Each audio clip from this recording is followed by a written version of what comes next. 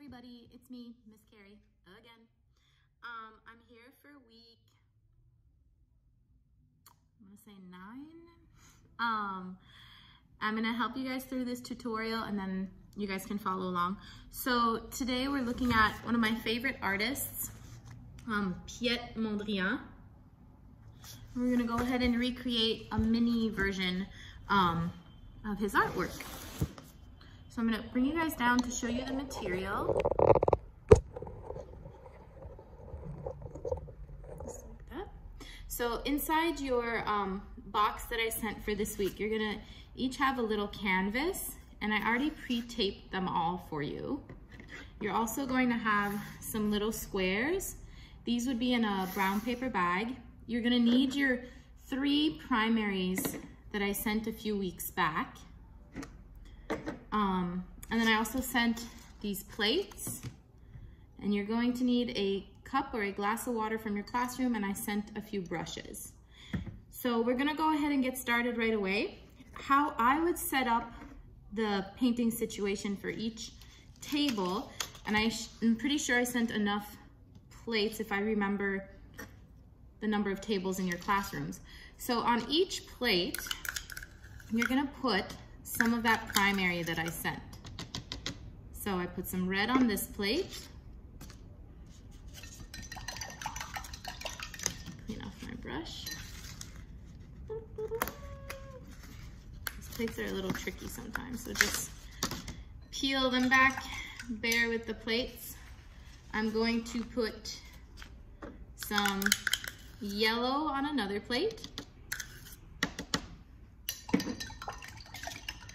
I'm cleaning off my spoon in between. That's the water noise you guys hear. And then my last primary is blue. I'm gonna put blue on another plate. Now you guys will probably have more paints, you have more students, it's just me, so this will work fine. So you would have your 3 plates set up.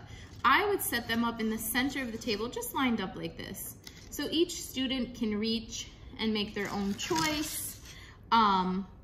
But that way the flat plate is a little easier than putting the whole container of paint, because sometimes when you have a container and a lot of friends dipping in it, you might get some tipping over, whereas the paper plate, it's just much easier for children to reach. So set up your table with your 3 primaries. So for our 3 primaries, this little quick review, we have red, which is a hot color, yellow, which is another hot color, and then we have blue. And so those are your 3 primaries. You're gonna go ahead and place them in the center of your table in your classroom, and then each student is going to get this little canvas. Now, if you look closely, you can go over with them some geometric shapes that they see. There's a little triangle down here, a rectangle here, and then you can kind of discuss what these other shapes may look like. You can have them count the sides, 1, 2, 3, 4. You can also have them follow their finger on the tape, right? Maybe talk about, what do you think's gonna happen? What do you think we're doing with this? If some of them start pulling off the tape, you can just ask them to stop and just rub it back down. And then ask them to rub the tape down nice and firmly. And then you're gonna have your paint set up. So you're gonna ask them to pick a color, and they're gonna fill in one of those blank shapes. So I'm gonna start with blue. So with a clean brush, I'm gonna dip it in my blue a little bit, and I'm just gonna go ahead and fill in my shape. Now when they're doing this, they're making their own choice of color, right? Like they're choosing which color they're gonna use first. So making a personal choice is very important. So they painted that, and then you're gonna ask them to rinse their brush between each color. So in your glass of water or water pot on your table, have them rinse their brush, and then I would put some paper towel around their spot where they're working, just so they can stamp it up. So Piet Mondrian mainly used primary colors, so that's what we're gonna use today. We're just gonna use primary colors. If their colors end up mixing, don't stress out too much about it. It's more about the process, right? we're aiming, this is our goal, but if we end up mixing it up, it'll still be beautiful. So I'm very controlled when I'm painting that. But if I was to paint in there a little bit, that would be fine too, because I can paint a different color on top. Again, rinsing my brush, stamping it up in between colors. I'm gonna go for some red. And I'm going to paint on top there, that little spot where maybe I wasn't as controlled with my brush. I'm also going to add some red here. So using one color, I painted 2 spots. Oh, I realized I want to use blue again, so I'm rinsing my brush again, stamping the water off, and going in for my blue. So again, putting the plates with the paint really allows them an easy access to the paints. So you're gonna have something that looks like this.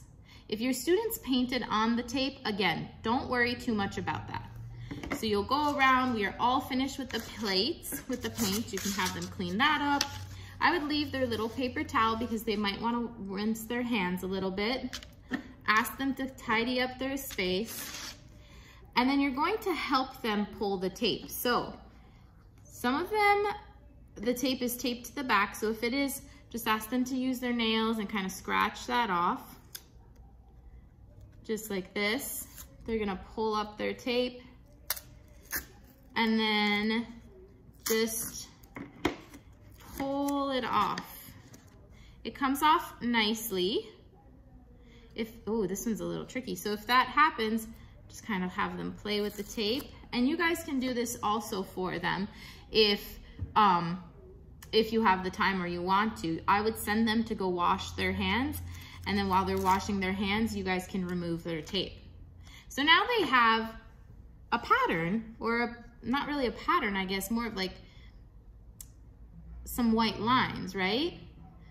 So when we do that, this is called a resist. So the canvas is resisting the paint with the tape. So you can have them kind of wipe up their hands. Now we're gonna go ahead and put our little black squares. So when Piet Mondrian did the painting Broadway Boogie Woogie, which is the painting that I included in your handout, it's of him looking down a window in New York City, what he saw. So he saw cars and buildings, and so that's what he painted. His work is very linear and precise. He didn't like anything that was organic looking or nature related. He was really into making everything almost industrial. You can go ahead and add your black squares. Now you can add more or less. If I was teaching the class, I would walk around with the glue and give each student a few dots of glue.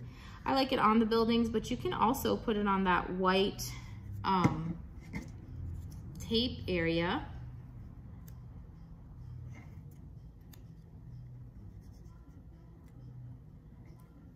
Don't know if you guys can hear the music.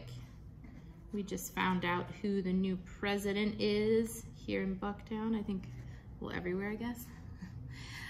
So yeah, so this would be your final version. So what you could do, you could ask them to count out the squares and rectangles. 1, 2, 3, 4, 5, 6, 7, 8.